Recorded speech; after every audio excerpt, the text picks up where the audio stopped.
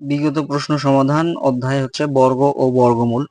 এই বর্গ ও বর্গমূলের যেই প্রশ্নগুলো বিগত পরীক্ষার বিভিন্ন চাকরি পরীক্ষায় এসেছিল সেগুলো আমরা এবারে আলোচনা করব এবং এর মাধ্যমে পুরো অধ্যায়টি কভার করার চেষ্টা করব। তো তারপরেও আমি গত বেসিক আলোচনায় কিছু কিছু প্রশ্নের উদাহরণ হিসেবে নিয়ে আসছিলাম, যার মাধ্যমেও আপনারা কিছুটা ধারণা পেয়েছেন যে কি ধরনের প্রশ্ন পরীক্ষায় এসে থাকে। তো আমি এখানে দেখাতে চাচ্ছি যে 1024, 64,009 এর বর্গমূল কত। এটি এক পরীক্ষায় আসেনি। এই প্রথম 1024টি আসছিল ইসলামী ব্যাংক 13 সালের পরীক্ষায়। তারপর এই 64,009টি আসছিল জেবিএল অ্যাসিস্ট্যান্ট এক্সিকিউটিভ অফিসার টেলরের 15 সালের পরীক্ষায়। তো আমরা দেখি, আমরা বড় সংখ্যাটি নিয়ে একটু বর্গমূল করার চেষ্টা করব। তাহলে 64,009 এটাকে বর্গমূল করার জন্য আমাদের প্রথম যে কাজটি করতে হবে, ডানে এবং নিচে এক ঘর লেখার মতো জায়গা রেখে দাগ দিতে হবে। তাহলে 0, 9, 40 এবং 6, তো 6 একা হয়ে গেছে জন্য এটাকে আমরা 0 দিতে পারি। তাহলে 2 যদি নেই, 2 দুগুণ 4, তাহলে বিয়োগফল হচ্ছে 2। তাহলে এইখানে আমরা পাচ্ছি বিয়োগফল 2। তাহলে এখানে 2 এর ডাবল হচ্ছে 4, সবসময় এখানে ডাবল। তাহলে 2 এর ডাবল যদি 4 হয়, তাহলে এখানে বড় এটা আর এটা ছোট, তাহলে এটাকে বড় করার জন্য উপরের এক ঘর কেটে নামাবো। কেটে নামানোর জন্য আমাদের কি করতে হলো, 40 নিতে হলো। কিন্তু আমরা শুধু 4 নিতে পারি না, দাগ যতটুকু অংশে দেওয়া আছে পুরোটাই নিতে হবে। তাহলে এখানে আমরা যদি 1 নেই, তাহলে সংখ্যাটা শুধু 41 হয়ে যায়। তাহলে এখানে কি করতে হবে, 4 এর সাথে কত গুণ দিলে 24 মিলে, এটা আমরা খেয়াল করবো। তাহলে 4, 6, 24 হয়, কিন্তু শুধু 6 তো হচ্ছে না, এখানে 46 হয়ে যাচ্ছে। এই কারণে আবার ওই ওই ওই পরিমাণ সংখ্যা বেড়ে যাচ্ছে। এই কারণে আমরা যদি এক ঘর কমিয়ে 5 নেই, তাহলে 4 5 20 হয়। তাহলে 4 5 20, 4 6 4 5 সরি 5 5 25 হয় এখানে। 4 5 20, 20 আর 2 হচ্ছে 22। এখানে দেখা যাচ্ছে 240, আর সংখ্যা আমাদের সংখ্যাটি আসলে 225। তাহলে 40 থেকে 25 বাদ দিলে পরে 15, আর এক ঘর ফাঁকা রাখার জায়গা রেখে যদি লিখি তাহলে কি হবে, 25-এর ডাবল হচ্ছে 50। তো এটা 50, এটা 15, এটা ছোট, এই কারণে এটাকে বড় করার জন্য কেটে নামাইলাম উপর থেকে সংখ্যা। তাহলে কি হবে, 50-এর সাথে কত গুণ দিলে এখানে এটি চলে আসবে। তাহলে এইখানে যদি আমরা 1 দেই, তাহলে 501, 501, 501, 3 দিলে 3 5 15, তো মিলে যায়। তো আমাদের এখানে 3 দিলেই আমরা উত্তরটা পেয়ে যাই। 3 3 9, 3 0 0, 3 5 15। তাহলে এটি 64,009 এর বর্গমূল হচ্ছে 253, যেটি ক অপশনে রয়েছে। তারপর পয়েন্ট 1 অথবা 0.001 এর বর্গমূল কত। এই পয়েন্ট 1টি এসেছিল 40তম বাৎসরিক বিসিএসে, এবং 0.001 এসেছিল প্রাথমিক সহকারী শিক্ষক পরীক্ষা 1994 সালে। আমরা এটি খুব মনোযোগ সহকারে দেখব, যে যদি আমাদের এখানে 0.1 হয় তাহলে অথবা 0.2 হয়, তাহলে সেগুলোকে কিন্তু আমরা 0.1 ধরবো না, আমরা সেগুলোকে 10 ধরবো, সেগুলোকে কি ধরবো, 20 ধরবো। এই কারণে যে এখানে 0.1 আমরা যদি দাগ দিই, তাহলে জোড়া করার জন্য আমরা জানি দশমিকের ডানে শূন্য বসালে কোনো সমস্যা নেই, কিন্তু দশমিকের বামে শূন্য বসালে সমস্যা আছে। তো এই কারণে আমরা এটিকে 0.1 বলুক, 0.2 বলুক, 0.3 বলুক, যাই বলুক না কেন, 3 বললে আমরা 30 মনে করবো। তো এই কারণেই একটু লক্ষ্য করুন। তাহলে আমি বড় সংখ্যাটির বর্গমূল নির্ণয় করব। তাহলে এইটা আরো বড় বড় সংখ্যার বর্গমূলের বেলায়ও প্রভাব পড়বে। তো দশমিকের জায়গা থেকে এটাকে 2 ঘর করে দাগ দিব। তাহলে 2 0 1 0। দশমিকের জন্য প্রথমেই একটি দশমিক বসিয়ে নিতে হবে। তাহলে 2 শূন্যের বর্গমূল সবসময় আমরা জানি কত হয়, 1 0 হয়। যেমন এই 10-এর উপর স্কোয়ার করলে হয় 100, তার মানে এটা বর্গমূল করলে 10 হওয়াতে এই 2 শূন্যের পরিবর্তে আমাদের বর্গমূলে 1 0 বসে। তাহলে 2 শূন্যের পরিবর্তে আমি প্রথমেই 1 0 বসাবো। এরপরে যে সংখ্যাটি থাকে সেটি হলো 0 1, 0 1 বা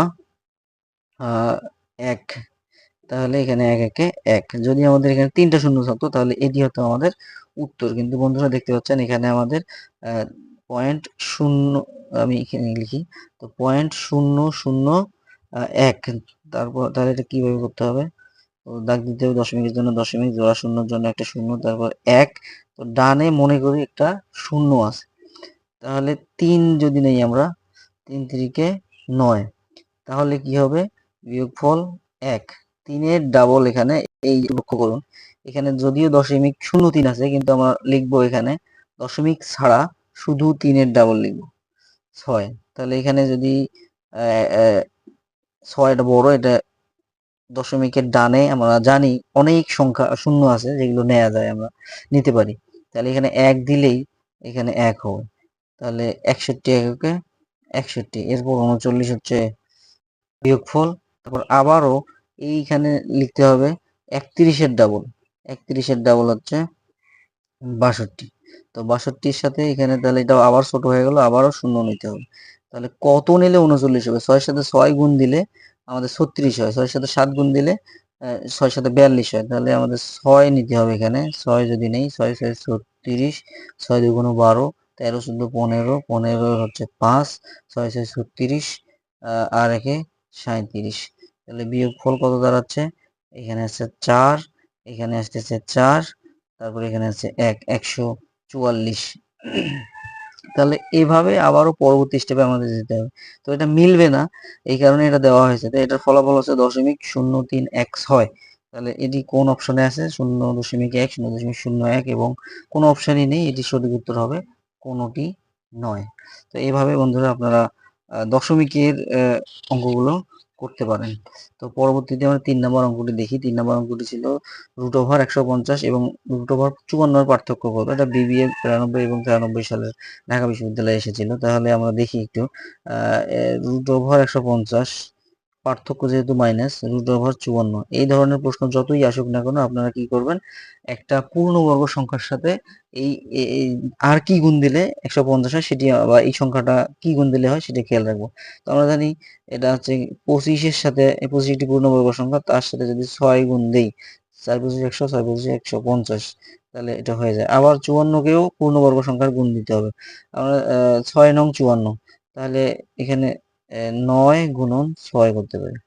তাহলে কি হবে? এরপর বর্গমূলটা দুইটারই উপর আছে, তাহলে 25-এর উপর থাকা মানে 5, আর 6-এর উপর থাকা মানে অনেক কিছু, দশমিক আসে, সেটা আমরা লিখবো না। তাহলে ডিরেক্ট লিখলাম। এরপর 9-এর হচ্ছে 3 √6, তারপর 5টা √6 থেকে 3টা √6 বাদ যাবে। তাহলে 5টা কোয়ান্টিটি থেকে 3টা কোয়ান্টিটি যদি আমরা বাদ দিই, তাহলে কি আসবে আমাদের এখানে? 2টা √6 আসবে, যেটি আমাদের ক অপশনে আছে, এটি আসবে এই প্রশ্নের উত্তর। তারপর যদি √27 হয়, তাহলে আমি একবারই লেখার চেষ্টা করি। আমি বলছি পূর্ণবর্গ সংখ্যা দিয়ে এটা গুণ করতে হবে। তাহলে 3 নং 27, যেখানে 9 হচ্ছে পূর্ণবর্গ সংখ্যা, আর যোগ 3 25-এ 75, 25 হচ্ছে পূর্ণবর্গ সংখ্যা, এগুলো বর্গমূল, এগুলো বর্গমূল। তাহলে 3-এর বর্গমূল √3, কিন্তু 9-এর বর্গমূল হচ্ছে 3, তাহলে 3 √3 যোগ 5-এর বর্গমূল 5, 25-এর বর্গমূল 5, 3-এর বর্গমূল √3। তাহলে এখানে দেখা যাচ্ছে এই 3টা √3 আর 5টা √3 মিলে 5 আর 3-এ 8 √3।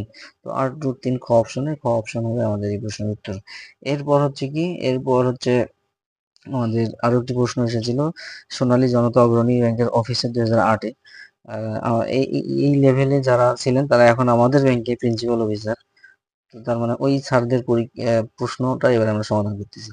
তাহলে √7 তার উপর স্কোয়ার, এটিকে আমরা a+b² দিয়েও করতে পারি, আবার খুব সহজে একটা √7 আর একটা √7 মিলে 2টা √7-এর উপর স্কোয়ার করলেই উত্তর পেয়ে যাবো।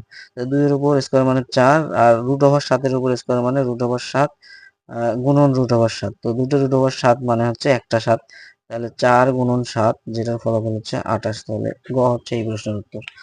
তো এর পরের প্রশ্নটি ছিল আমাদের কি, আমরা একটু লক্ষ্য করি, 47,080 জন শূন্য থেকে কমপক্ষে কতজন শূন্য সরিয়ে নিলে শূন্য দলকে বর্গাকারে সাজানো যাবে? এটি অনেক পরীক্ষা এসেছিল, দেখতে পাচ্ছেন। প্রাথমিক শিক্ষা চট্টগ্রাম বিভাগের শ্রম অধিদপ্তরের অফিসার 94, পিএসসির সহকারী পরিচালক 94-তে এসেছিল। তাহলে কতজন শূন্যকে সরিয়ে নিলে বর্গাকারে সাজানো যাবে? আমরা জানি না। এর আগে আমরা একটা অঙ্ক দেখছিলাম যে এতজনকে সরালে পূর্ণবর্গ হয়। একইভাবে আমরা এখানে কতজনকে সরিয়ে নিলে হবে তা বলতে পারছি না, আমরা এটিকে আমরা বর্গমূল করবো। তাহলে 47,080 জনকে বর্গমূল যদি করি, যেটা অতিরিক্ত থাকবে সেটি সরাতে হবে। তাহলে 2 ঘর 2 ঘর 2 ঘর, তাহলে 2 দিয়ে বর্গমূল করলে 4 আসে। তো 4-এর ক্যালকুলেশন করলে এখানে আসবে 0, তাহলে বিয়োগফল 70। তারপর 2-এর ডাবল হচ্ছে 4, এখানে 1 নিলেই ধরে ফেলে, এই কারণে 1। তাহলে 41 এককে 41, তারপর বিয়োগফল হচ্ছে এখানে 9 আর এখানে হচ্ছে 2, তারপর 8 0, তাহলে এখানে 21-এর ডাবল হচ্ছে 42। আমরা দেখতে পাচ্ছি 4-এর সাথে কত গুণ দিলে 29 হবে? 4-এর সাথে 7 গুণ দিলে 4 সাথে 28 হয়, কিন্তু 7 গুণ দিলে অনেক বেশি হবে। 4-এর সাথে যদি আমরা 6 গুণ দিই, তাহলে কত হয় আমরা একটু অন্য জায়গায় দিব। তাহলে 6 গুণ দিলে 6 6 36 6 6 দুগুণ 12 13 14 15 এর 5 তারপর হচ্ছে 4 6 24 25 26 তাহলে এটি হতে পারে। তাহলে আমাদের দেখা যাচ্ছে এটি হবে 6 যদি নেই 6 6 36 6 দুগুণ 12 13 14 15 4 6 24 আর একে 25 তাহলে 2556 আর এখানে 2980 তাহলে 7 দিয়ে যদি গুণ করি তাহলে কি আসে 427 428 অনেক বেশি হয়ে যাবে দেখতে পাচ্ছি, তাহলে ওটা দরকার নেই আমাদের। এটা বিয়োগ করলে 4, তারপর দেখতে পাচ্ছেন অপশনের 4 শেষ 4 আছে, তার মানে হচ্ছে আমাদের অঙ্ক। 8 থেকে 6 বাদ দিলে 2, তাহলে 24 24 24 তিনটাতেই আছে।